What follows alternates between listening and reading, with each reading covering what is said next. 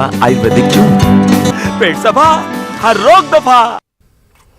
इलाहाबाद में तौहीन रिसालत के खिलाफ पुरतशद्दुद एहतजाज के मामले में पुलिस एहतजाज करने वालों के खिलाफ सख्त कार्रवाई कर रही है। अब तक 70 लोगों के खिलाफ नामजद FIR दर्ज की गई है। गिरफ्तार किए गए 29 अफराद के खिलाफ NSA और गैंगस्टर एक्ट लगाने की तैयारी है। गिरफ्तार अफराद में 4 बच्चे भी शामिल हैं।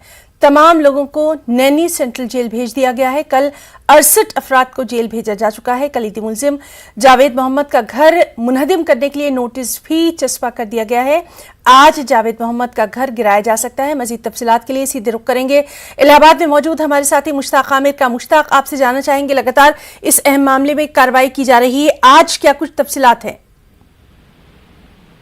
हिना, सबसे पहले मैं ये बता दूं कि जुमे के दिन जो एहतजाजी मुजाहरा हुआ था तौहीन रिसालत के खिलाफ, उसमें अब तक नामालूम अफराद के जो खिलाफ FIR हुई है वो 5450 अफराद के खिलाफ FIR हुई है, यानी 5000 से ज्यादा। और अब तक 95 लोगों के खिलाफ नामजद FIR हुई है, जिनके नाम के साथ FIR दर्ज कराई गई है। 29 अफराद के खिलाफ संगीन दफात के तहत मुकदमा दर्ज किया गया है। 29 अफराद वो अफराद है जिन पर गैंगस्टर और NSA लगाने की बात कही जा रही है। खुद पुलिस की तरफ से इस बात को कंफर्म किया गया है कि वो इस बात का जायजा ले रहे हैं 29 अफराद में कि इन पर गैंगस्टर लगाया जाए और NSA लगाया जाए। इसमें 4 बच्चे हैं जो नाबालिग हैं और इनको बच्चों की जेल में भेजा गया है।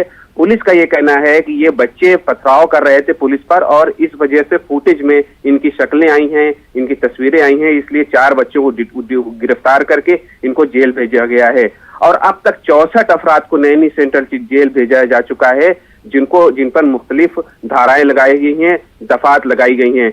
और इसमें अभी आज की जो सबसे बड़ा डेवलपमेंट हुआ है वो ये कि जो इनके कलीदी मुलजिम है इस पूरे मामले के, जावेद मोहम्मद, उनके घर पर घर को मुनहदिम करने का नोटिस चस्पा कर दिया गया है, जिसकी आखिरी तारीख आज है, यानी आज के दिन उनका मकान गिराया जा सकता है। और उस नोटिस में ये कहा गया है कि 1 महीना पहले आपको घर गिराने का नोटिस दिया गया था, लेकिन आपने घर खाली नहीं किया है, लिहाजा ये तारीख की मुद्दत आज खत्म होती है। जी, तो बहरहाल इस पूरे मामले पर क्या कुछ कार्रवाई होती है उस पर लगातार नजर बनी हुई है। मुश्ताक, बहुत बहुत शुक्रिया आपका तमाम तर जानकारी के लिए।